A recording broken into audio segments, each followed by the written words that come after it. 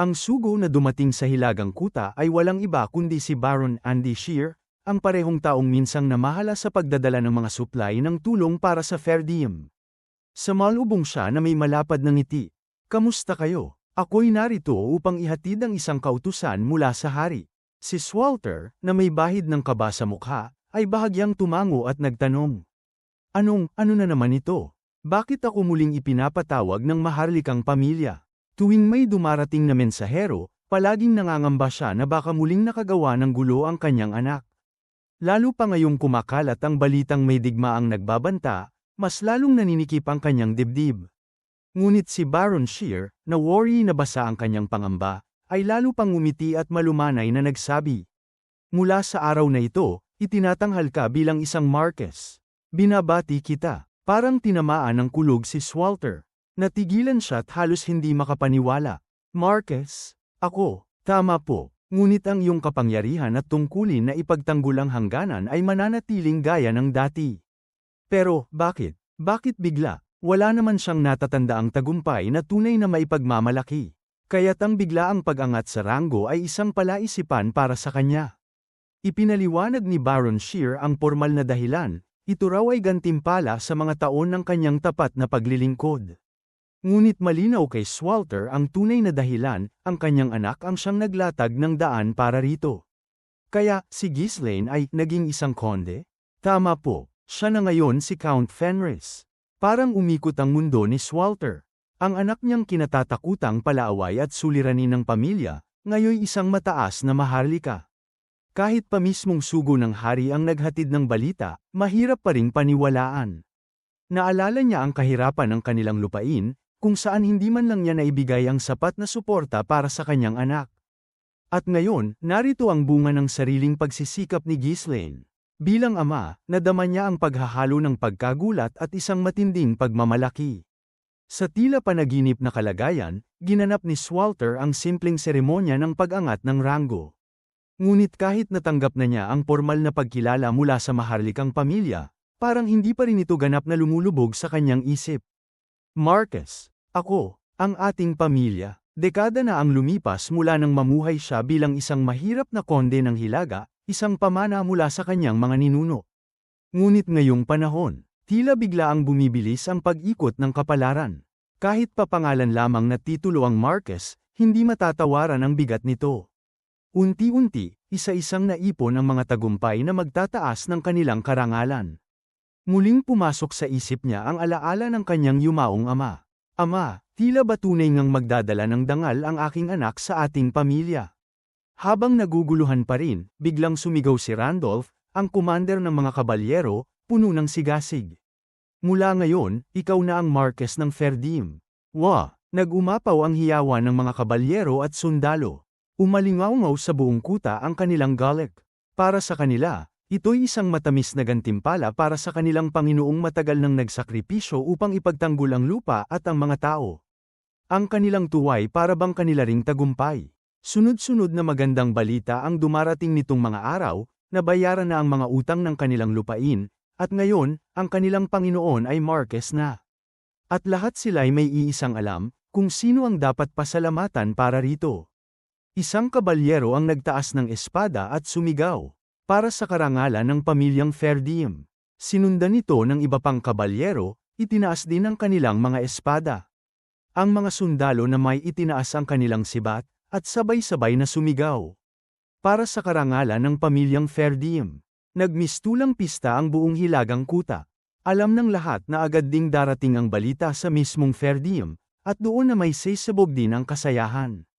Hindi maaaring hayaang lumipas ang ganitong araw ng tahimik. Sa wakas ay natauhan si Swalter at buong sigla niyang ipinahayag. "Mula ngayon, mag-iiwan lamang tayo ng kaunting bantay. Maghahanda tayo ng isang dakilang piging. Bubuksan ko ang mga naipong karne at ipapagawa ng sag-anang serbesa. Kumain kayo't uminom hanggang sa kayo'y mabusog." Wah! Muling nag-umapaw ang hiyawan. Ang mga sundalo at kabalyero ay sabik na sabik.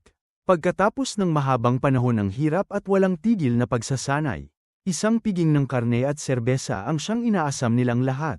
Ngunit sa gitna ng kasayahan, isang tagapangasiwa ang nagmamadaling lumapit kay Swalter at pabulong na nagsabi, Ginoo, wala na po tayong karne. Ano, paanong wala? Matagal na po tayong naubusan, lalo pat nagkulang ang supply dahil sa tagtuyot.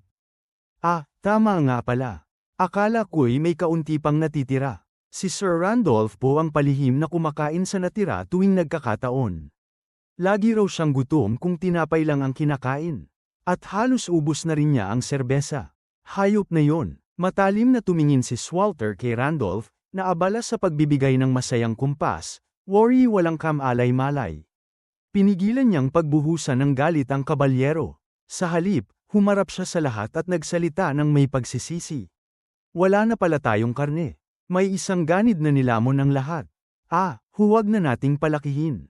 Sa ngayon, tinapay at sabaw muna. Nangangako ako, sa susunod, sisiguraduhin kong may karne tayong lahat. Oh, nabahala at nalungkot ang mga sundalo't kabalyero. Totoo nga naman, karne. Para sa kanilang uri, tila isang pangarap lamang yon. Kahit pa nakabayad na ng utang ang kanilang lupain, kahit umangat na sa ranggo si Swalter, may kakulangan pa rin sa kanilang kaharian, isang paalala na mahaba-haba pa ang landas na tatahakin nila. Samantala, pagbalik ni Ghislaine, agad niyang ipinatawag si Pyote. Pagdating ng pari, may alinlangan itong nagtanong, pinagmamasdan ang ekspresyon ni Ghislaine. May ipinadala ba ang simbahan para sa akin? Mayroon, ngunit nagbago ang kalagayan. Ano pong ibig ninyong sabihin? Una sa lahat, tanggapin mo ito. Walang pasakalye, iniabot ni Ghislaine ang isang relikya. Napakunot ang noo ni Pyote nang makita ang singsing. Ano po ito? Singsing. Ang tawag dito ay basbas ni Juana. At ano naman yon? Ito'y isang relikya ng simbahang Juana. Ipinagkaloob sa akin ni Obispo Porisco. Halos mabitawan ni Pyote ang singsing. Bilang isang mababang pari, hindi niya dapat hinahawakan ng isang banal na relikya. Noong siya'y nagsasanay pa lamang bilang baguhan, minsan lamang niyang nasalayan ang mga relikya sa loob ng silid-ingatan ng simbahan. Bakit niyo po ibinibigay sa akin? Hindi ako karapat-dapat dito. Karapat-dapat ka, at tatanggapin mo ito. Pinahintulutan ito, kaya huwag kang mangamba. Ngunit huwag mong ipagsasabi kahit kanino na isa itong relikya. Tanging si Obispo Porisco lamang ang nakakaalam. Hindi ipinaliwanag ng detalyado ni Ghislaine. Kaya't hindi lubos na maunawaan ni Pyote ang sitwasyon. Kahit paulit-ulit niyang tinanggihan, mariing iginiit ni Ghislaine. Huwag mo itong ipamimigay o pababayaan. Lagi mo itong isuot. Huwag mong iwawalay sa iyong katawan. Naiintindihan? Opo, kung basta niya itong tinanggap bilang regalo, malamang na ibinigay na niya ito sa mas nangangailangan. Kaya tiniyak ni Ghislaine mula pa lamang na ipinaalala ang tunay na halaga nito. Maingat na hinawakan ni Pyote ang singsing. Pagkatapos, muli siyang nagtanong ng may kaba. Ano po ba ang ibig ninyong sabihin kanina na nagbago ang sitwasyon? Ano po ang tingin ng simbahan sa akin? Humugat ng isang sulat si Ghislaine, isang opisyal na liham ng pangmatagalang pagtatalaga. Inabot niya ito kay Pyote. Habang binabasa ng pari, dahan-dahan siyang natigilan, saka ibinaba ang ulo. Ayon sa nilalaman, tila ba tuluyan na siyang tinalikuran ng simbahan. Maging ang relikya ay parabang tahimik na hiling na manatili siya roon ng walang hanggan. Tahimik siyang tinitigan ni Ghislaine bago magsalita, mabagal at malinaw. Kung nais mong bumalik, maaari ka. Ako mismo ang maghahanda ng mga tanod na maghahatid sa iyo ng ligtas. Ano? Nagulat si Pyote. Ang lalaking nakatayo sa kanyang harapan, ang kilabot na pinuno ng mga mersenaryo, na minsang nagpilit na manatili siya rito, ngayon ay nagsasabing malaya na siyang umalis. Hindi kayo nagbibiro? Hindi. Ang dahilan kung bakit ko kinuha ang opisyal na pagtatalaga ay para maging malaya kang magpasya. Ang tunay na desisyon ay nagmumula lamang sa isang taong may kalayaan. Desisyon? Oo, ikaw ang pipili kung anong uri ng buhay ang nais mong tahakin. Seryoso si Ghislaine. Ganito rin ang alukin niya ng pagpipilian sina Jillian, Claude, maging ang mga duwende at elfo. Bilang dating mersenaryo, alam niya ang halaga ng kalayaan. Alam niyang hindi maaaring pilitin ang mga taong nais niyang maging pinakamalapit na kasama, lalo na't ang mga darating na kaaway ay hindi kayang harapin ng isang pusong hindi buo ang loob. Kung aalis si Pyote, maaari kong hilingin kay Porisco na magpadala ng iba pang pari. Ngunit bilang gantimpala sa lahat ng hirap na dinanas nito, iniwan niya ang relikya. Tahimik na nakatitig si Pyote sa sulat. Tila ba may mabigat na labanan sa kanyang puso? Totoo ba? Malaya na ba talaga akong bumalik? Araw-araw ay hinahangad niyang makabalik sa kabisera. Ngunit ngayong narito na ang pagkakataon, bakit parang mas lalo siyang hindi mapakali? Kung aalis ako, sino ang magpapatuloy sa bigat na ito? Alam niyang siya'y naging haligi sa lupain. Ngunit hanggang kailan ba niya kailangang magbata? Hindi ba sapat na ang kanyang naialay? Ngunit, hindi ako pwedeng manatili lamang dahil sa awa. Hindi ito matatapos. Huminga siya ng malalim. Unti-unting bumalik sa isip niya ang mga aral ng banal na kasulatan. Ang tumulong sa nagdurusa ay naglilingkod sa Diyos. Maging pinakahamak sa lahat at maglingkod sa iba. Sundan mo magpakailanman ang landas ng habag, katotohanan, at katwiran. Sumagi sa kanyang isipan ang mga mukha ng mga taong tinulungan niya, ang mga nagugutom, mga may sakit, mga nawala ng pag-asa. At ngayon, wala nang nagugutom, bihira na ang may sakit, at may ngiti na sa mga labi ng mga taong dati wasak ng kahirapan. Bagamat ang lahat ng ito'y hindi ganap na dulot ng kabutihang loob, kundi bahagi ng ambisyon ni Ghislaine, hindi maitatangging nakinabang ang mga tao. Sa puntong yon, napagtanto ni Piote ang tunay na damdamin ng kanyang puso. Ngumiti siya, at sa tinig na puno ng katiyakan, sinabi, "Nakita ko na ang dahilan ng aking pagkabalisa. Hindi dahil sa nais kong bumalik. Ang totoo, nais kong manatili rito." Nagulat si Ghislaine. "Sigurado ka ba? Alam mong mahirap mabuhay dito. Paulit-ulit ka nang bumagsak sa pagod. Sa templo, hindi ko nalalaman ang tunay na sakit at paghihirap ng mga tao. Ngunit dito, natutunan kong magpawi ng kirot kahit kaunti. Gusto kong ipagpatuloy iyon. Kung bumalik ka, mamumuhay ka tulad ng ibang pari, maginhawa, may masarap na pagkain, malinis na paligid." Umiling si Piote, may pait sa kanyang ngiti. "Ayoko nang mamuhay para lamang sa iilang maharlika. Hindi iyon ang kalooban ng Diyosa." Sa kanyang pagsasamo, pinaikit niya ang mga mata, tila nagdarasal. "Oo, naglilingkod ako sa pinakamataas, ngunit ang aking buhay ay para sa pinakamababa." At sa sandaling yun, tila nakamtan ni Piote ang isang uri ng kaliwanagan. Mula sa kanyang katawan ay kumislap ang isang banayad na banal na liwanag. Dahan-daang pumusyaw ang kanyang kulay rosas na buhok, nagiging pilak. Napatulala si Ghislaine. Ang Piote sa kanyang harapan ay hindi na katulad ni Por Isko o ng ibang pari na nakilala niya.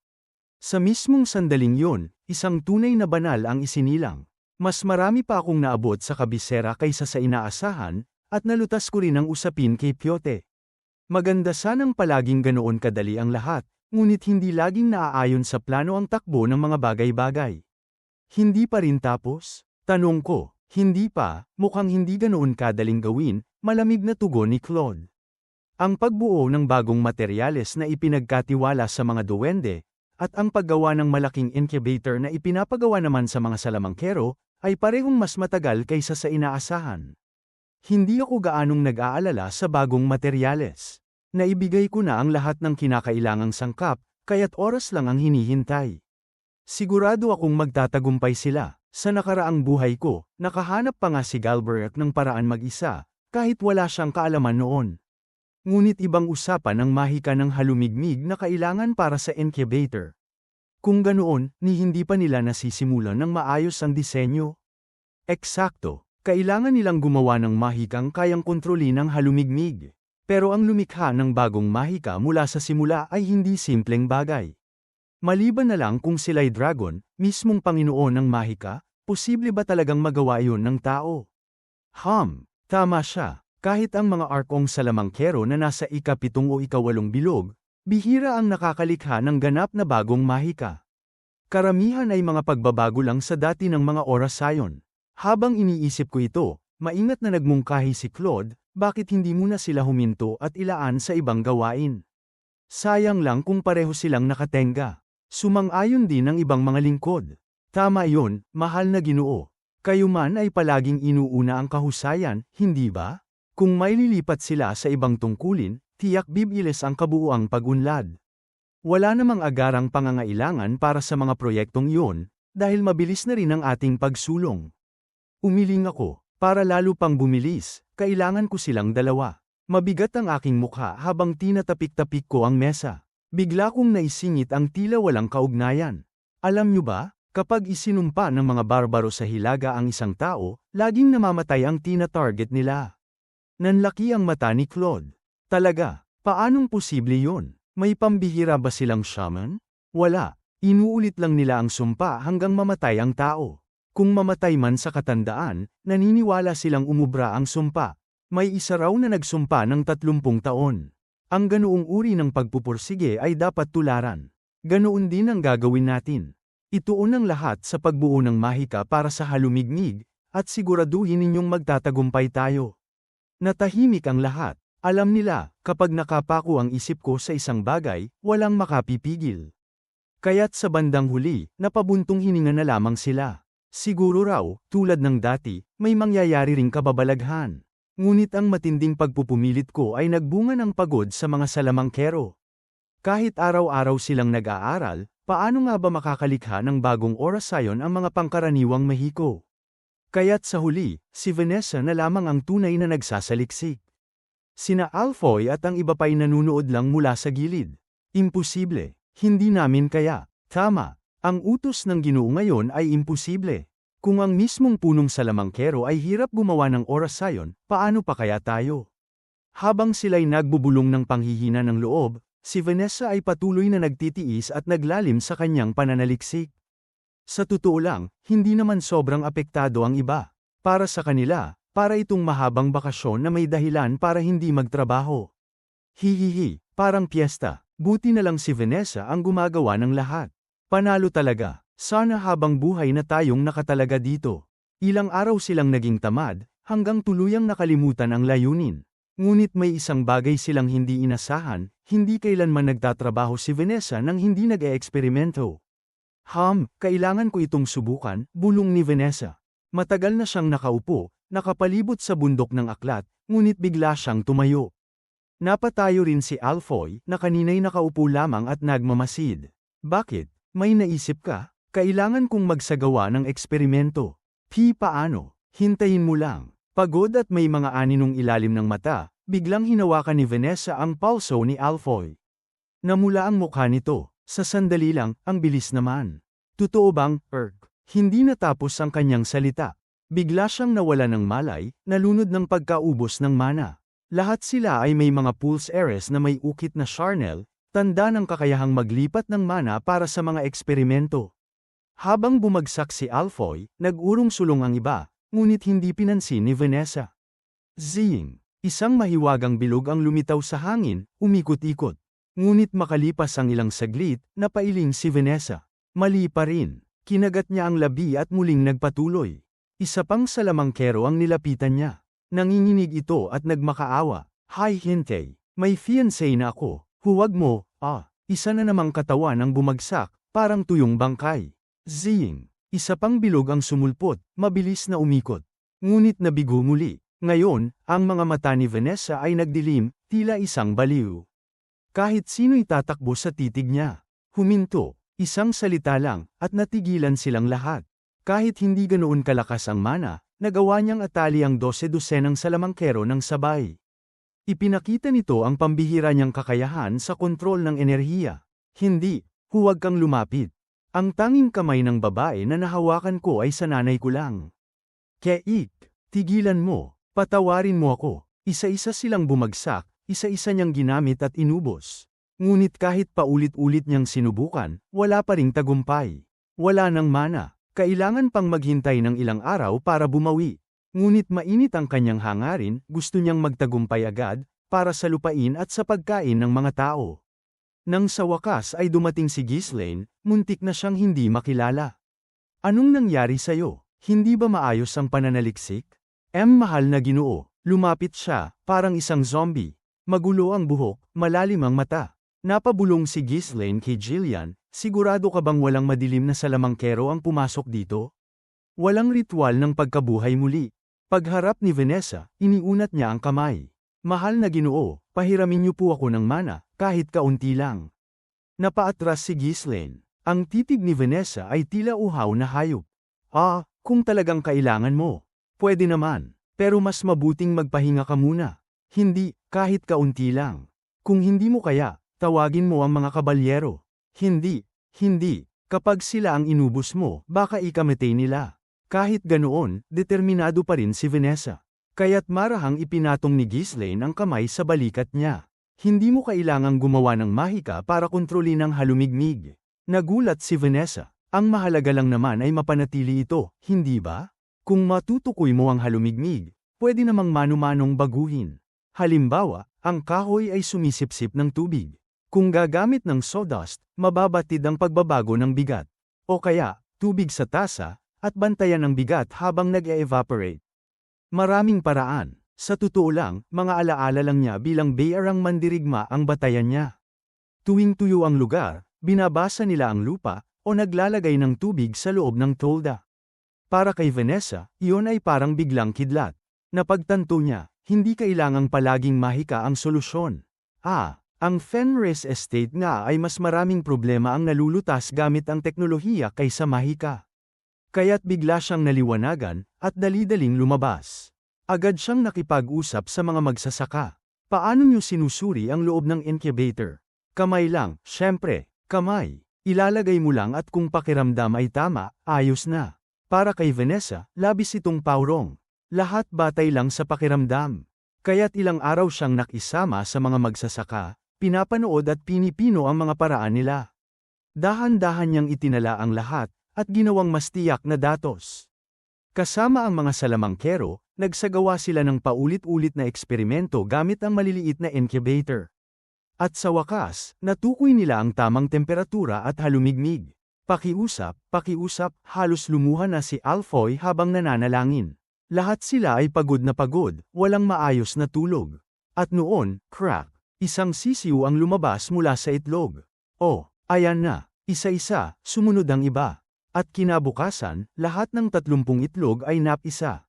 Tagumpay, ganap na tagumpay, sigaw ng mga salamangkero. Halos kalahati lang ang karaniwang napipisa gamit ang tradisyonal na paraan ng mga magsasaka, ngunit ngayon, lahat ay buhay. Ngumiti si Vanessa. Isang malaking hakbang na ito pasulong. Dalhin ang mga duwende. Ngayon na natin sisimulan ang susunod na hakbang. Oras na upang buuin ang malaking incubator na kayang magpanatili ng tamang init at halumigmig ng kusa. Bago makipagkita sa mga duwende, nagtanong si Alfoy kay Vanessa. Kung patuloy na tumataas ang porsyento ng tagumpay, talaga bang kailangan pa natin ng malakihang incubator? Hindi ba't sapat na bigyan na lang natin ng maliliit na bersyon ng mga magsasaka at turuan silang panatilihin ang tamang kondisyon? Sa totoo lang, sapat na yun para mapalakas ang produksyon ng karne. At hindi naman mahirap ipaliwanag, kailangan lamang ang wastong pagtuturo sa mga magsasaka tungkol sa tamang temperatura at halumigmig. Hindi ito dahil tamad ako o dahil nakakapagod. Iniisip ko lang, mas praktikal yata ang ganoon, hindi ba? Dagdag niya, may bahid ng catamaran ang boses. Umiling si Vanessa, mariin. Gagamitin din natin ang pamamaraang yun. Makakatulong yun para umunlad ang kabuhayan ng mga magsasaka. Pero kung may malakihang pasilidad din dito sa mismong lupain, makakasiguro tayo ng mas mataas na produksyon kaysa kung iaasa lang sa mga individual. Iyon din ang nais ng ating Panginoon. Totoo, tataas ng ilang ulit ang ani ng bawat magsasaka. Pero kung magpapatakbo rin ng malakihan ng mismong Panginoon, guguho ang presyo ng karne, at magiging abot kaya ito para sa lahat. Napalunok ang mga salamangkero. Kung iisipin, ito'y isang pambihirang pagkakataon sa negosyo. At saka, kapag nagpasya na si Vanessa, wala nang makakapigil. Sa huli, kinaladkad niya ang mga salamangkero upang makipagpulong sa mga duwende. Si Galbraith, na inaatake na ng stress dahil sa walang humpay na paglikha ng bagong materyales, ay nagsalita ng may inis. Isang timangan, isang tarangkahan ng tubig, gusto niyo bang ikabit ang mga yan sa incubator? Eksakto, kailangan natin ng napakatumpak na mekanismo, sagot ni Vanessa, nagliliwanag ang mga mata sa pananabik habang ipinapaliwanag ang disenyo. Iminungkahi niyang gumamit ng timangan upang masukat ang bigat ng tubig. Kapag nabawasan ito dahil sa pagsingaw, at bumaba sa itinakdang antas, automatikong babukas ang tarangkahan upang muling magdagdag ng tubig. Pagsusukat ng bigat, ilalagay niyo ba ang mga timangan sa lahat ng sulok? Hindi. Kailangan ng pare-parehong temperatura at halumigmig sa buong incubator. Magbubutas tayo ng pantay-pantay sa sahig kung saan ilalagay ang mga itlog, at doon ilalagay ang mga tangke ng tubig. Gusto kong magawa ninyo na masukat ang bigat mula roon. Ibig mong sabihin, gagawin nating parang timangan ang ilalim ng tangke ng tubig. At kapag bumaba, automatikong magbubukas ang tarangkahan para magdagdag ng tubig. Eksakto, sa pamamagitan ng pagsingaw, mapapanatili natin ang halumigmig. Kami na ang bahala sa init para tularan ang inahin na naglilimlim. Sa ganitong paraan, mababawasan natin ang paggamit ng mga runestone. Ipinakita ni Vanessa ang iginuhit niyang plano, isang ikalawang palapag na magsisilbing timangan sa ilalim ng sahig ng mga itlog, na may ilang tangke ng tubig na nakapatong dito. Bagaman payak at walang detalyadong inhenyeriya ang guhit, sapat ito para maunawaan ng mga duwende. Hindi tayo agad magtatagumpay sa unang pagsubok, mariing wika ni Vanessa. Pero, magtatagumpay tayo, nahawa ang lahat sa kanyang determinasyon. At dahil ang pagbuo ng bagong teknolohiya ay kaligayahan para sa mga duwende, napalitan ang kanilang pagkainis ng kasiglahan. Nag-umpisa silang magpalitan ng ideya. Gagawa tayo ng hiwalay na espasyo para sa kontrol ng tubig. Kailangan din ng mga ventilasyon upang maiwasan ang sobrang halumigmig. Gaano karaming magic circle ang kailangan para sa temperatura? Ibinigay ni Vanessa ang mga pangunahing datos, ngunit ang mismong disenyo ay binuo ng mga duwende. Pagkaraan ng ilang araw ng masidhing talakayan kasama ang mga salamangkero, nakalikha sila ng plano para sa isang incubator na higit na mas malaki at mas komplikado kaysa dati. Magagawa natin ito, ani Galbraith, kumpiyansa. Ginawa na namin ang katulad nito sa konstruksyon. Bagamat maisla ng pagsukat ng bigat, hindi ito imposibleng hamon, lalo na't nakataya ang kanilang dangal bilang mga duwende. Mabilis silang nagsimula. Ang disenyo ay nangangailangan lamang ng isa o dalawang tagapamahala upang palaging magdagdag ng tubig. Kung magtagumpay, makakaya nitong maglimlim ng 10,000 itlog ng sabay. Ngunit dahil sa lawak ng mekanismo, napakalaki ng kailangang puhunan. Kaya't agad silang humarap kay Claude upang humingi ng pondo. Nang makita ang laki ng halagang kinakailangan, umirap ito at nagreklamo. Ganito kalaki para lang sa isang incubator? Hindi ba't malulugi tayo rito? Agad na inilatag ni Vanessa ang mga talaan at chart, kasabay ng masalimuot na paliwanag ng mga duwende. Hindi ito lubusang naunawaan ni Claude, pero sapat para makuha niya ang ideya. Mukhang posible nga, kaya't napilitan siyang pumayag, ngunit binalaan sila. Kung pumalpak ito, malaking kapahamakan ang dulot. Ngumiti si Vanessa, huwag kayong mag-alala, magtatagumpay tayo, ngunit hindi naging madali ang lahat. Dahil sa laki ng incubator, mahirap panatilihin ang iisang kondisyon sa bawat sulok. Nanatili sa 50% ang hatch rate, at hindi pa sabay-sabay ang paglabas ng mga sisiw. Hindi ba't sapat na ang ganito? Pagod na tanong ni Alfoy. Mas mabuti na kaysa wala. Hindi, mariing sagot ni Vanessa. Kung dito lang tayo titigil, walang saysay ang malakihang incubator. Karangalan ito ng mga duwende. Dagdag ni Galbraith, matigas ang paninindigan. Araw-araw naman ay dumadating si Claude, nagbubunganga sa laki ng ginagastos. Lalong nadama ni Vanessa ang bigat sa kanyang dibdib, na parabang nagiging pabigat siya sa lupain. Dapat ba akong tumigil? Bulong niya sa sarili. Ngunit isang araw, dumating si Ghislaine. Ikaw pala, Vanessa, malumanay niyang sabi. Huwag kang mag-alala sa pera. Magpatuloy ka. Nag-alinlangan si Vanessa. Pero, Panginoon, ang dami ko nang nasayang. Hindi yon ang mahalaga. Ang mahalaga, hindi tayo dapat tumigil. Kapag isinumpa tayo ng mga barbaro sa hilaga, tiyak na mamamatay tayo. Kaya't kailangan nating magtagumpay. Napangiti si Vanessa sa kanyang biro seryosong tinig. Ngunit sa mismong sandaling yon, tila tinamaan siya ng inspirasyon. Kung nagtagumpay ang maliliit na incubator, bakit hindi gawing mas maliit ang disenyo? Neralisa niya na labis ang kanyang inambisyon. Hindi kailangang isang dambuhalang incubator, mas mabuting hatiin ito sa ilang mas maliliit na unit. Magtatagumpay ako, mariin niyang pangako. Nagsimula muli ang konstruksyon, ngayon ay parang kumpol ng maliliit na silid, bawat isa ay kayang kontrolin ng temperatura at halumigmig ng mas madali. Gumamit sila ng 3,000 itlog para sa pagsubok. Dumating ang araw ng paghuhukom. Krok, krok, isa-isang nabasag ang mga itlog. Lumabas ang libu-libong sisiw, malusog at sabik mabuhay. Halos lahat ay nagtagumpay. Tagumpay, tagumpay. Sigaw ng mga salamangkero at duwende, naglulundag sa tuwa. Kumalat ang balita, dumagsa ang mga tao, mga magsasaka, administrador, at maging ang mga dayo, upang masaksihan ang milagro. Napangiti si Ghislaine at tinapak si Claude. Kita mo, kapag ipinagpatuloy, nagtatagumpay din. Tahimik si Claude, ngunit sa kabila ng hiya, hindi rin maitago ang kanyang tuwa.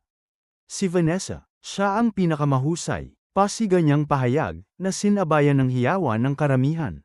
Vanessa, ang salamangkera ng karne, namula si Vanessa sa hiya, ngunit ramdam niya ang init ng pagkilala. Kahit ang mga duwende, pinuri ang kanyang pagsusumikap. Siyempre, hindi nagpahuli si Alfoy. Ako ang pinakamalaking ambag dito. Mayabang niyang singit, karga-karga pa ang kanyang alagang manok, si Coco. Tinawanan na lang siya ni Ghislaine at muling nagpahayag. Ngayon ay magdiwang tayo. Lahat ng nagpagod, kumain at uminom ng busog. At ganoon nga ang nangyari. Nag-ihaw sila ng mga manok, nag-inuman ng alak, at nagdaos ng kasayahan sa tabi ng mismong lugar kung saan naisilang ang tagumpay. Habang lahat ay nagkakatuwaan, si Alfoy, matapos maglinis ng katawan, bumalik sa kulungan upang kunin si Coco. Ngunit natigilan siya. Sandali, kay Coco, nasan ka na? Wala ang kanyang alaga. Coco. Namumutla at halos nanginginig si Alfoy habang nagmamadaling hinahanap ang kanyang alaga. Hindi kalayuan, nakita niya ang mga duwende na masayang nag-iinuman kasama si Kane. Ang sarap nito. Siguro dahil matagal na rin mula noong huli akong nakatikim ng karne. Aniya ni Kane habang nakaupo sa tabi ng apoy, buong kasabikang nilalantakan ng isang inihaw na hita ng manok. Kamakailan lang, itinalaga na siya bilang tagapangasiwa ng 50 manggagawa dahil sa kanyang sipag. Noong una, para sa kanya ay impyerno ang sapilitang pagpipilit na maghukay ng mga lagusan, ngunit habang tumatagal, natutunan niyang tiisin ito. At nang magkaroon pa siya ng mga tauhan, unti-unti itong naging mas madali para sa kanya. Gayunman, sa kanyang isipan, hindi pa rin niya matanggal ang panghihinayang na matagal na sana niyang nabayaran ang 1,000 gintong utang. Nanginginig ang buong katawan ni Alfoy nang masilip ang itsura at laki ng manok na iniihaw sa harap ni Kane. Coco, muling bumalik sa alaala niya ang lahat tungkol kay Coco. Mula nang ito'y sisiw pa lamang, siya mismo ang nag-alaga at nagpakain dito gamit ang sariling kamay. Nang lumaki, madalas pa niyang katabi itong matulog. Si Coco natin, ang ganda-ganda. Sa gitna ng mapait na kapalaran sa lupain, ang pagpapalaki kay Coco ang naging bagong saya ni Alfoy matapos niyang talikuran ang pagsusugal. At ngayon, ang alagang yun, ang tanging nagbibigay ng liwanag sa kanyang araw, ay kinatay at nilantakan ng isang mangmang. Nag-ipon siya ng mana sa kanyang mga palad at biglang pinakawalan ng isang bowl ang apoy. Sa gulat, napaigtad si Kane at ang mga duwende, mabilis na tumayo mula sa kanilang mga upuan. Anong kalokohan to? Sigaw ni Kane. Paanong nagawa mong kainin ang mahal kong Coco? Balik sigaw ni Alfoy, palapit ng palapit. Coco, ano yun? Pagkain ba? Kinakain mo na nga. Hindi kita mapapatawad. Papatayin kita. Ulol ka ba? Anong Coco ang pinagsasabi mo? Si Kane, na minsang kinatakutan sa hilaga bilang isang tusong palalo, ay hindi basta-bastang natitinag. Malaki ang kanyang pangangatawan, at bilang anak ng isang angka ng maharlika, nasanay din siya sa paggamit ng mana. Dinampot niya ang mabigat na maso na gamit sa konstruksyon at pinuspos ito ng mana hanggang sa kumislap ng asol ang ulo nito. Alam ng lahat na higit na mahirap palibutan ng mana ang isang maso kaysa espada. Ngunit ang walang humpay na pagtatrabaho sa konstruksyon ay lalong nagpatatag kay Kane. At ngayong nakainom, wala na siyang pakialam kung sino ang kalaban, handa siyang durugin si Alfoy. Halika, gago. Ako ang tagapagmana ng angka ng Rogues. At hindi ka nag-iisa. Ako naman ang tagapagmana ng tore ng alab na pula. Nag-atrasa ng mga duwende, sabay bulong na magandang panoorin ang tagpong ito, dalawang tagapagmana, nagbabanggaan dahil lamang sa isang manok. Ngunit bago pa magtagpo ang kanilang mga sandata, isang anino ang biglang tumalon mula sa gilid. Biwak! Coco! Namangha si Alfoy at agad na sinunggaban ang tumilamsik na manok, niyakap ito ng mahigpit. Lumalabas, nakatakas lamang pala ito mula sa kulungan at nagliwaliw. Yan na ba talaga si Coco? Tanong ni Galbert, nag-aalangan. Hindi ba't pare-pareho lang naman ang itsura ng mga manok dito? Tumingin si Alfoy sa alagang nasa kanyang bisig. Sa totoo lang, magkahawig nga silang lahat. Pero huli na para umatras. Ito nga, tingnan nyo ang napakaganda niyang suklay. Walang duda, si Coco ito. Napangisi si Kane at muling bumalik sa kanyang upuan. Buwisit na baliw, muling nagsibalikan ng mga duwende sa pagkain. Galit na itinuro sila ni Alfoy. Mga barbaro, simula ngayon, magiging vegetarian na ako. Bahala ka, sagot nila, sabay tuloy sa kanilang piging. Nagngingit-ngit, bumalik si Alfoy sa kanyang silid, samantalang ang iba ay patuloy lang sa kasayahan. Samantala, habang abala ang mga tao sa kasiyahan at munting kaguluhan, tinipo ni Ghislaine ang kanyang mga tauhan upang pag-usapan ang susunod na hakbang. Matagumpay na nilang naitayo ang mga incubator, isang bagay na dati ay tila imposibleng gawin. Kaya't muli na namang umalingaw-ngaw ang papuri para kay Vanessa. Ang pagkakaroon ng tuloy-tuloy na supply ng karne ay malaking bentahe dito sa Hilaga. Sa gitna ng kakulangan sa pagkain, tiyak na malaki ang kikitain nito.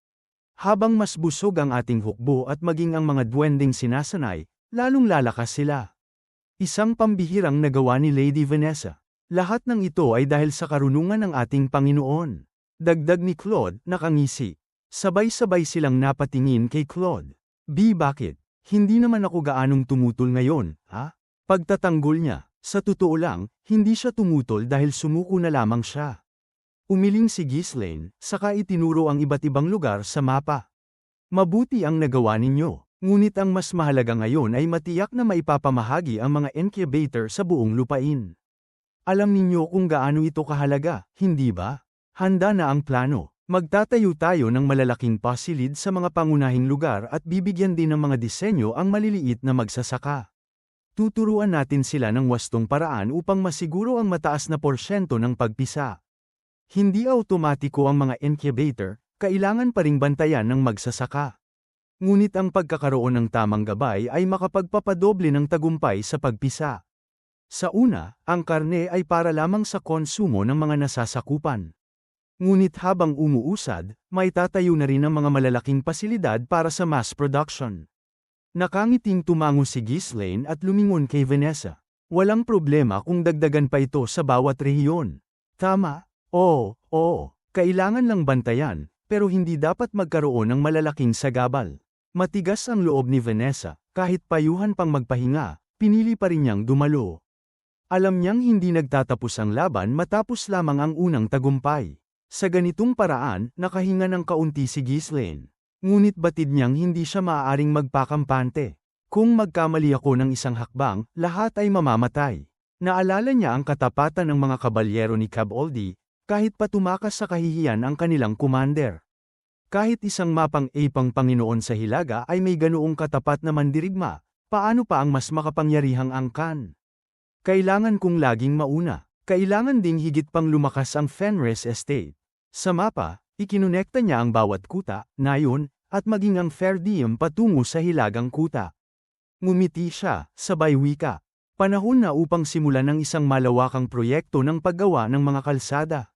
Sa kabilang dako, si Count Harold Desmond ay halos mabaliw sa problema. Dahil sa pagbagsak ng Cab Oldie, nawalan siya ng tiyak na supply ng bakal. Bukod pa roon, nabunyag ang lihim na galaw ng kanyang hukbo. Kahit pa itinatanggi niyang yun ay pagsasanay lamang, hindi yun paniniwalaan ng royal faction. Buwisit, lahat ng plano ko nasira dahil sa batang yun. Dati, nais niyang tulungan si Cab Oldie at saka sumugod hanggang fair diem. Ngunit nang maduraj agad si Cab Oldie, gumuho rin ang lahat ng kanyang plano. At higit sa lahat, ang posisyon bilang commander ng Hilagang Hukbo, na dati ikanya, ay kinuha rin ng batang yon. Isa na siyang konde, at ang kanyang ama ay naging Marquess. Nakakagalit, ngunit anuman ang galit niya, wala siyang magawa kundi mag-isip kung paano ito babawiin. May balita ba mula sa mga especially iya? Tanong niya sa mga tauhan. Nalaman niyang nakapaghahalo na ang mga especially iya sa mga naninirahan, ngunit hirap pa ring makipag-ugnayan. Masikip pa rin ang pagbabantay sa lupain. Tanging sa tuwing may kalakalan lang sila nakakausap. At mas abala sila sa pagtatrabaho. Maganda raw ang sahod at nakabili pa sila ng sariling bahay. Napakunot ang noo ni Harold. Especially iyan na, naging masipag pang mamamayan. Napilitan siyang magtanong ng iba. May kakaibang ulat ba? Hindi nauubos ang pagkain. Tila patuloy na naglalaan ang kanilang Panginoon para sa lahat. Imposible yun kung walang sikreto. Paano ang mga asasin? Mahigit 200 kabalyero ang nakapaligid sa kastilyo. Malabo ang pagkakataon kung walang bihasa. Napabuntong hininga si Harold. Isa lamang ang tsansa at hindi maaaring pumalpak. Dahil lang sa batang yon, nabaligtad ang lahat. Sa tindi ng galit, nagngalit ang kanyang mga ngipin. May mungkahi ang isa sa mga tauhan, ano kung atakihin ang guild ng mga mangangalakal ng kosmetiko? Walang saysay, maliit na pinsala lang yon. Ngunit nabanggit ng isa pa, noong huli, si Count Fenris mismo ang sumama sa guild. Kung muli siyang lumabas, ngunit madalang na ngayong lumabas si Ghislaine. Hindi siya maaaring maghintay ng walang katiyakan. Pag-isip sandali, biglang nagliwanag ang isip ni Harold. Kung ayaw niyang lumabas, ako ang magpapalabas sa kanya. Gamitin natin ang isang guild bilang pain. Sa pulong mismo natin siya patayin. Pero, malaki ang mawawala. Matagal nating itinayo ang guild na yon. Mas malaki ang mawawala kung hahayaan natin siyang mabuhay. Dalhin ang alak na ibinigay ng ducal family. Ihanda nyo. Ang alak na yon ay lason, napakabihira, niloan upang patumbahin ang pinakamalakas na kabalyero sa Hilaga. Ngunit ngayon, gagamitin laban sa isang binatilyo. Nagpasya na si Harold. Siguraduhin ninyo, dapat mamatay ang batang yon. Walang pagkakamali. Sabay-sabay na tumango ang mga tagapaglingkod nang marinig nila ang malakihang plano ni Ghislaine tungkol sa pagpapagawa ng kalsada. Nang makita ito, nagtanong si Ghislaine na may pagtataka. Bakit hindi kayo kumokontra ngayon? Sumagot si Claude nang tila walang pakialam. Mas mainam naman talagang malapad at maayos ang mga daan, hindi ba? Ang mga kalsada ay parang ugat ng dugo ng isang teritoryo. Alam ng lahat kung gaano kahalaga ang kalsada. Ang pagpapaunlad ng mga ito ay nagbubukas ng masiglang palitan ng kalakalan at nagpapausbong sa ekonomiya.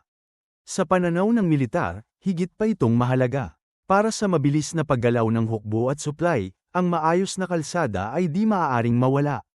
Subalit sa hilagang rehiyon, kung saan mas prioridad ang mismong kaligtasan kaysa infrastruktura, bihira itong napapansin. Habang nakatitig sa mapa, tinansya ni Claude ang lawak ng proyekto at nagpatuloy. Napakalaki ng sukat nito, aabutin ng mahabang panahon. Hindi madaling i-connecta hanggang sa hilagang kuta. Aware ako roon, pero kailangan nating makahanap ng paraan para mayugnay iyon. Kapag nagawa natin, saka lang tayo magkakaroon ng tuloy-tuloy na ugnayan sa Fair Diem. Wala namang problema kung sisimulan na natin, hindi ba? Maraming walang ginagawa rito, oo. Pero ito na naman, ubos na naman ang pagkain at salapi natin. Kailan ba tayo makakatipid? Masayang ngumiti si Ghislaine. Mas mahusay akong gamasta kaysa magtipid. At mas gusto ko rin yon. Wala nang masabi si Claude sa hayagang pag-amin na yon. Tutal, tuloy-tuloy naman ang kita mula sa kosmetiko at pagkain. At malapit na ring ibenta ang labis na karne para dagdagan pa ang kita. Ngunit ang pagkuha ng materyales para sa kalsada ay mangangailangan ng napakalaking halaga ng sabay-sabay. Ipatawag ko ulit ang mga unyon ng mga ngalakal. Hindi pa natin pwedeng ibenta ang karne, pero marami pa tayong pagkain. At dahil hindi pa bumababa ang presyo, pwede nating gamitin yun para makuha ang mga materyales. Magaling, huwag kang manghinayang sa gastos. Bilis ang mahalaga rito, maliwanag. Huwag kang mag-alala. Kabisa ko na ang estilo mo, Ginoo. Nagbuntong hininga si Claude ngunit agad ding tumalima. Sa biglang pagbabago ng plano, pinatawag niya ang mga unyon ng mga ngalakal ng mas maaga sa nakatakda. At gaya ng inaasahan, ang pinakamayabong na lugar sa Hilaga ay ang lupaing Fenris. Nang tumawag si Claude, nagdatingan ang mga unyon na parang mga ulap na nagtipon. Ito ang kapangyarihan. Ito ang sarap ng pagiging alipin ng awtoridad. Hindi lang basta sila dumating sa utos niya, may dalang suhol, may malalim pang pagyuko. Ginamit ni Claude ang impluwensya upang pilitin silang magbigay ng maramihang supply. At dahil sagana sila sa pagkain at mineral, halos wala siyang hindi makuha. Kung wala silang materyales, hinihingi niya ang tao o mga bihasang manggagawa bilang kapalit. Mabilis ang takbo ng pagpapaunlad, kaya't hindi problema kung maagang binili ang mga kailangan. Habang abala ang kalakalan, lumapit ang pinuno ng isang malaking unyon. Pagbati, ako si Brandel. Matapos ang maikling batian, nagtaas ng kilay si Claude habang tinitingnan ang tala ng unyon. Parang ngayon lang kayo nakikipagkalakalan sa amin. Oo, mas nakasentro kami sa silangan. Pero nakapagpatakbo rin kami ng malalaking transaksyon dito sa Hilaga. Kinumpirma naman ng ulat ni Lowell yon. Pagkatapos ng mabilis na pagsusuri, nagtanong si Claude. Kung ganun, hindi namin tinatanggihan ang sinumang unyon. Presumida ako, gusto nyo ng pagkain. Tama, nababalitaan naming sagana kayo sa supply, kaya't sinubukan naming makipagkalakalan. Pero medyo mataas ang presyo namin. Gaano karami ba ang bibilhin ninyo? Sa tanong na yon, may mapanuksong ngiti si Brandel habang iniabot ang isang papel. Kung maaari, ganito karami.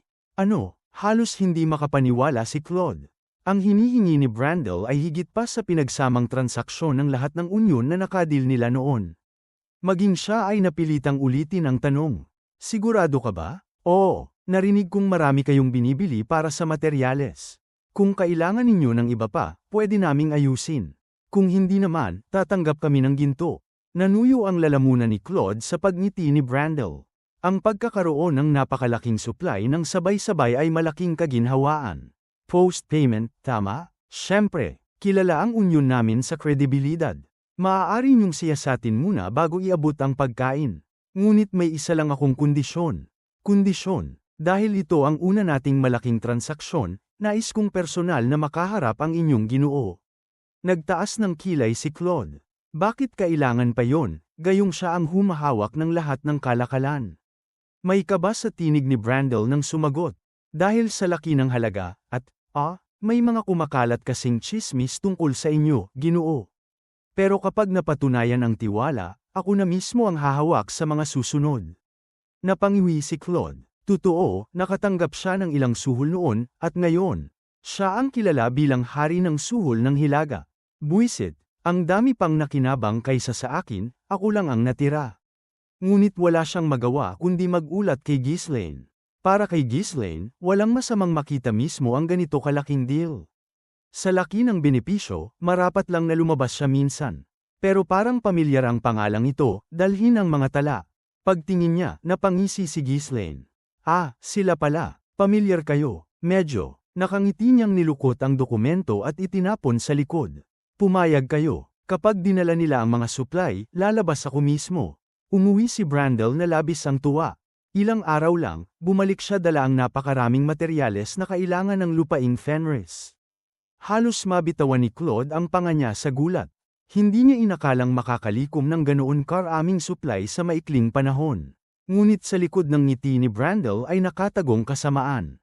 Ang lahat ng ito'y mula sa imbakan ng teritoryo ni Conde Desmond, handang isakripisyo ang lahat, basta't mapatay si Ghislaine.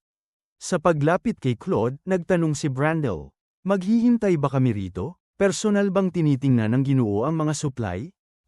Ipapaalam ko muna sa kanya. Itinambak ni Brandel ang mga supply sa maluwag na lugar sa labas ng kastilyo. Sa dami, isang araw man ay kulang para maipasok lahat.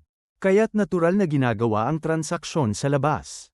Habang wala si Claude, naghanda si Brandel ng mesa at itinuro ang mga tauhang kasama niya, na karamihan ay mga knight at mamamatay na inupahan ni Desmond. Ilan lang ang totoong manggagawa. 4 ang nakapalibot kay Brandel na parang tagapagtanggol, habang ang iba'y kumalat para isara ang mga posibleng daanan ng pagtakas. Tingnan natin kung ilan ang dala niya. Hindi mahalaga kung marami man o kaunti. Sa huli, kailangan pa ring lumapit ng Ginoo para lumagda sa kontrata. Ngumisi si Brandel. Silang lahat ay nagsasabing malakas siya. Tingnan natin kung hanggang saan ang kaya niya. Naniniwala siyang sa isang sabayang pagsalakay, tiyak ang tagumpay. Ilang sandali pa, dumating si Ghislaine, kasama lang ang ilang kawal. Nanlaki ang mata ni Brandel sa tuwa. Anong kamangmangan? Walang takot nga siya, ngunit ito ang magiging kabangalan niya. Isang ngiti ang gumuhit sa mukha ni Brandel, pinipilit ang sarili na manatiling kalmado. Malugod kitang sasalubungin, Ginoo. Ako si Brandel. Talagang marami kang dala. Mukhang nakatagpo tayo ng magandang kasosyo. Siyempre. Bakit hindi ninyo muna suriin ang mga supply? Habang abala ang mga administrador, inanyayahan ni Brandel si Ghislaine sa mesa. Pakiusap, maupo muna kayo. Maaari ninyong suriin ang kontrata. Tumango si Ghislaine at pinagmasdan ang dokumento. Malinis ito, walang kapintasan. Wala akong nakikitang problema. Sana'y maging mabunga ang ugnayan natin. Malugod din ako, Ginoo. Mahirap na talagang makahanap ng pagkain ngayon. Habang nakikipagkwentuhan, marunong magdala ng usapan si Brandel. Isang karangalan na makaharap kayo ngayon. Bilang pagdiriwang ng ating kasunduan, nais kong ialay ang isang mainam na alak. Alak? Anong uri? Red Dragon, isa sa pinakabihirang alak sa kontinente. Nais niyo bang makita? Nagliwanag ang mata ni Ghislaine. Kahit sa mga maharlika, bihira itong makuha. Tumango siya. Simple ang panlasa niya. Basta mamahalin, tanggap agad. Sa isip ni Brandel, tagumpay na siya. Tinimplahan niya ang alak, may halong lason na hindi agad makikita o maaamoy. Isang uri ng kamandag na mas malakas kapag may mana ang biktima. Sa mismong harap ni Ghislaine, ininom muna ni Brandel ang sarili niyang baso upang mawala ang hinala. Ligtas siya dahil sa iniinom na panlaban lason. Pagkatapos, ibinuhos niya ang alak sa baso ng Ginoo. Kung hindi kayo komportable, maaari ninyong itabi. Regalo ko na lamang. Ngunit sa halip na mag-atubili, ngumisi si Ghislaine. Maganda ang itsura. Dahan-dahan niyang ininom ang laman ng baso. Walang reaksyon ng mga kawal sa paligid para bang wala lang. Mga hanggal, hinahayaan nilang uminom siya ng kung ano-anong bagay. Ngunit nang ailapag ni Ghislaine ang baso, ngumiti pa siya. Wow! Ito ang pangalawang pinakamatapang na alak na natikman ko. Ano ba ito? Lalong nagdilim ang mukha ni Brandel. At sa ikinagulat niya, muling nagsalin si Ghislaine at ininom ng buo. Pero masarap, halos mapasigaw si Brandel sa tuwa. Tapos ka na, 2 baso, imposible na makayanan mo pa. Sa sobrang pananabik, itataas na sana niya ang kamay bilang hudyat ng pag-atake nang bigla siyang tinapunan ng baso ni Ghislaine. Isa pa para sa'yo. Uminom ka pa. Nanigas ang mukha ni Brandel, natigilan sa biglang pangyayari. Bakit wala siyang kahit anong reaksyon? Napuno ng pagkalito ang mukha ni Brandel, halos malimutan ang kanyang balak na biglaang pag-atake. Kahit siya, na uminom na ng panlaban sa lason, ay ramdam ang unti-unting paggapang ng kamandag sa kanyang katawan. Imposible para sa isang taong nakalunok ng 2 baso ng alak na may lason na manatiling parang walang nangyayari. Habang naguguluhan siya, bumasag sa katahimikan ang boses ni Ghislaine. Bakit nakatanga ka riyan? Hindi ka ba iinom? Oo. Nabigla si Brandel sa hindi inaasahang sitwasyon at nawala ang tamang tiyempo para sa kanyang ambush. Dahil sa pagkaalangan, pinilit niyang uminom muli ng isa pang baso, iniisip na pagkatapos niyon ay sa kanya tatapusin si Ghislaine. Mas matindi ang gamulong sa kanyang sikmura. Malinaw na senyales na nilampasan na ng lason ang kakayanan ng antidote. Malas. Hindi naman ang lason ang problema, baka mabagal lang tumalab sa katawan ng hayop na ito. Alam ni Brandel na nagkakaiba-iba ang pagiging sensitibo ng tao sa lason. Ang tanging rason na naiisip niya ay iyon. Ngunit muli na namang uminom si Ghislaine, isang tagay na nilagok niya ng buo. Ngayon siguradong may mangyayari na. Masarap, aniya ng kalmado. Sige, isa pa para sa iyo. Namuti ang mukha ni Brandel at bahagyang nanginig ang kanyang kamay. Kalmado lang, hindi ako pwedeng magkamali rito. Tahimik lamang ang mga kabalyerong nakabantay kay Ghislaine. Alam ni Brandel na kung magpapakita siya ng alinlangan, agad siyang mapaghihinalaan. Kukunwariin kong iinumin, at agad ko siyang sasaksakin. Ngumiti siya ng pilit at itinaas ang baso. Sinulyapan niya ang mukha ni Ghislaine, at nanatili itong payapa, walang bakas ng pagkataranta. Hindi ito makatwiran. Sandali, biglang pumasok sa kanyang isipan ang isang mapait na posibilidad. Naloko ako ng mga tsismis. Ang totoo, wala siyang mana, o kung meron man, napakaliit. Kung ganoon, hindi nakapagtataka kung bakit tila walang epekto ang lason. Lahat ng kwento tungkol sa kahusayan ni Ghislaine ay pawang pagpapalaki lamang. Maaari siyang mahusay na strategist, pero pagdating sa sariling lakas, marahil ay mahina siya. Sinimulan ni Brandel na igalaw ang kanyang mana. Ramdam niya ang kirot sa paligid ng kanyang core dahil sa lason, hindi na siya maaaring magpatumpik-tumpik pa. Ngunit tila napansin ni Ghislaine ang kanyang pag-aalinlangan. Bakit? Hindi ka ba marunong uminom? Bago pa siya makasagot, sumabat si Claude sa kanyang karaniwang pilyong tono. Kung ayaw niya, akin na lang. Sa paningin ni Claude, wala namang kakaiba. Pareho silang tila walang tama kahit ilang baso na ang nainom. Sa halip na magduda, naisip niyang sayangin ang alak na bihira nilang malasahan. Napangiti si Ghislaine. Kung ano man ang binabalak niya, halatang may daya rito. Huwag mong tikman. Pagkasabi niyon, itinapon ni Brandel ang hawak na baso at biglang sumugod. Sabay-sabay ding kumilos ang apat na asasin na kunwari mga gwardya niya. Napasigaw si Claude ngunit agad siyang sinunggaban ni Wendy sa batok at itinapon palayo. Kumaladkad ang kanyang katawan sa sahig bago humandusay. Si Brandel, na unang umatake, ay naglabas ng espada mula sa manggas at mabilis na inundayan si Ghislaine sa ulo.